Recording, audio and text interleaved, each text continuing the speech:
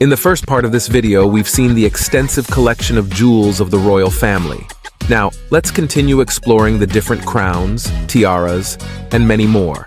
But before we start, don't forget to subscribe to the channel and tap the bell button so you won't miss any of our videos. On her wedding day in 1947, Princess Elizabeth wore the Hanoverian fringe tiara, a historic piece made in 1830 for Queen Victoria. The tiara can also be worn as a necklace with its old diamonds and spiky design. Despite its history, the tiara's frame broke, but the court jeweler quickly fixed it. Meanwhile, Elizabeth wanted to wear a double row of pearls her father gave her. However, these pearls were stuck in heavy traffic, so her new private secretary had to rush across London and even use a royal limousine to get them to Buckingham Palace on time. On her wedding day in 1973, Princess Anne wore the Hanoverian fringe tiara, a piece her grandmother had loaned to her. Adorned with diamonds for over 150 years, this tiara has been worn by many royal family members throughout its history. At her wedding in 1893, Princess Mary of Teck received a tiara from the girls of Great Britain, a cherished gift that would later influence the royal jewelry collection. It was bought for £5,000 at the time and now worth about £500,000. The Queen frequently wears this tiara passed down from her grandmother. It features 9 large oriental pearls set on diamond spikes and a base of 27 brilliant diamonds. Early in her marriage, Princess Diana gave royal emeralds a modern update by turning them into a chic headband. These emeralds, known as the Cambridge emeralds, originally belonged to Queen Mary and were inherited from her grandmother. The emeralds have a captivating history. Queen Mary's mother, the Duchess of Cambridge, won them in a charity lottery in Frankfurt and later gave them to her son, Frank. Frank, known for his gambling and lavish lifestyle, gave the emeralds to his mistress. After his sudden death, Queen Mary quickly reclaimed the emeralds. Years later, the Queen wore the Cambridge emeralds in a valuable Russian tiara, keeping their intriguing past hidden. Princess Diana, known for her creativity, reimagined the emeralds into necklaces, earrings, and a sleek choker, adding a modern touch to their classic beauty.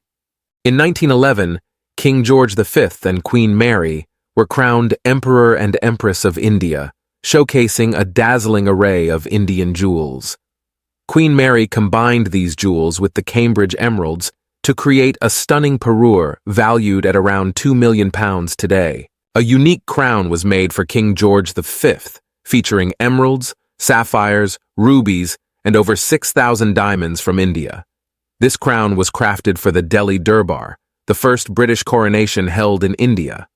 The event highlighted Indian traditions, with guests arriving on elephants and jeweled thrones. Queen Mary also received additional emeralds from Indian nobility and incorporated them into her jewelry.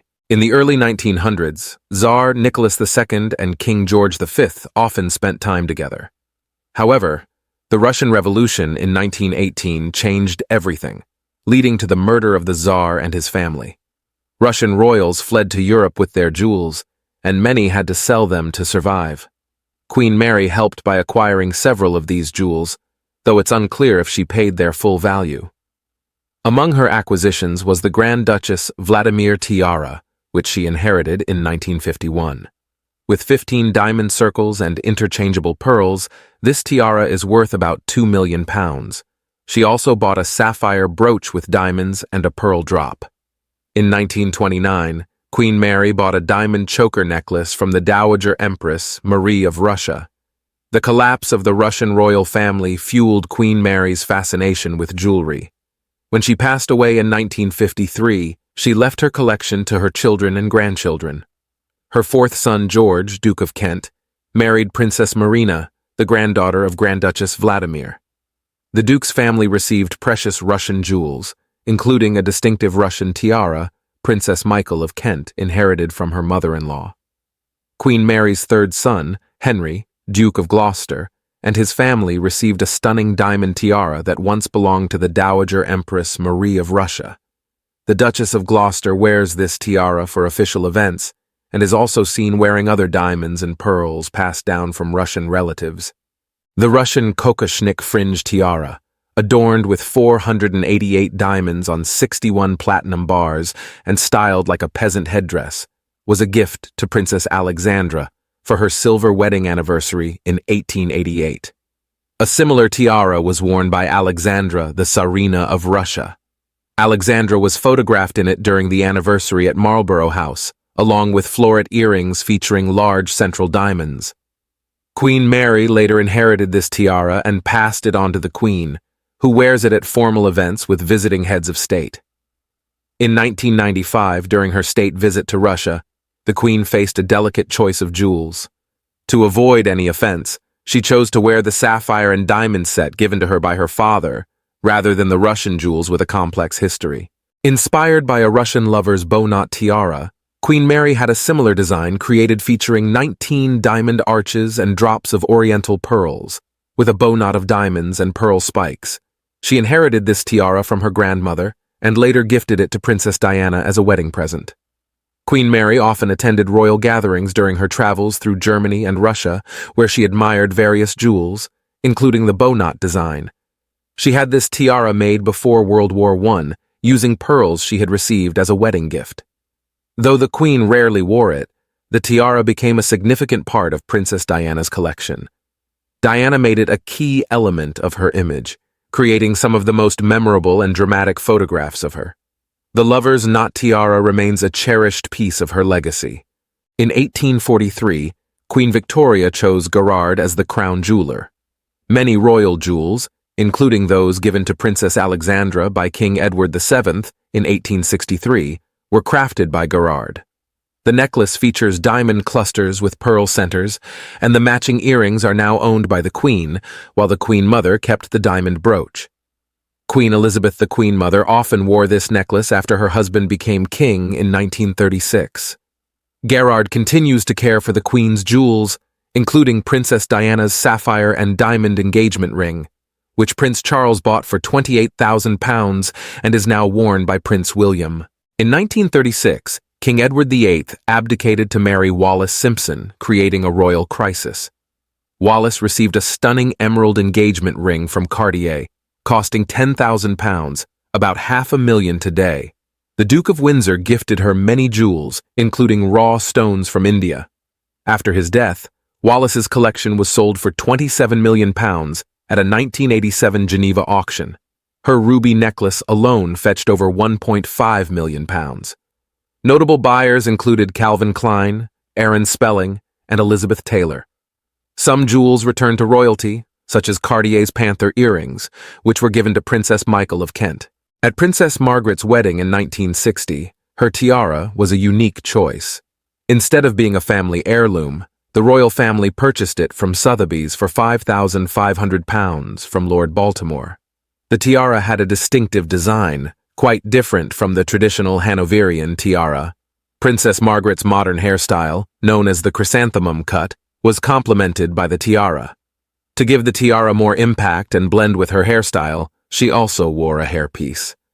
This was the first time a royal bride had used a hairpiece on her wedding day. One of Princess Margaret's cherished items is a 1920s-style tiara, passed down to her daughter-in-law, Serena Stanhope, when Serena married Lord David Linley.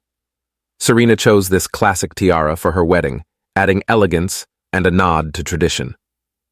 Princess Margaret was a media darling in the early years, similar to Princess Diana.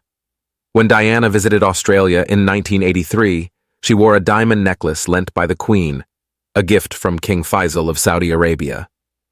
At a banquet in Britain, she showcased a large ice blue sapphire brooch, a wedding gift from the Queen Mother. Diana later redesigned this brooch into a diamond, sapphire, and pearl choker, reflecting her evolving style. She wore this choker with her modern evening gowns, making it a signature piece as her fashion sense became more distinctive. One of Princess Diana's notable wedding gifts from the Saudi royal family was a stunning sapphire and diamond necklace.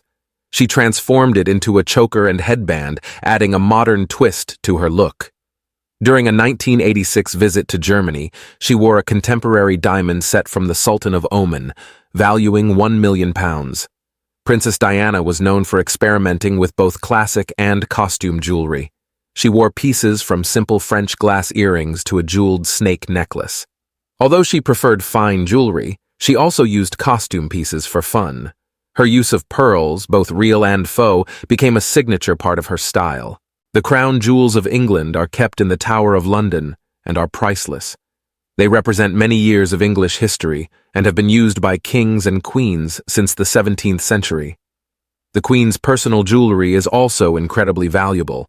It's worth about £45 million today, but could be worth up to £300 million if sold at auction. The royal family's collection has grown significantly, starting with Queen Victoria. The Queen has said she has more than enough jewelry, seeing it as her job to take care of it until it's passed on to future generations. Do you want to see more videos like this? Don't forget to subscribe to the channel and click the notification button to stay updated on the latest videos.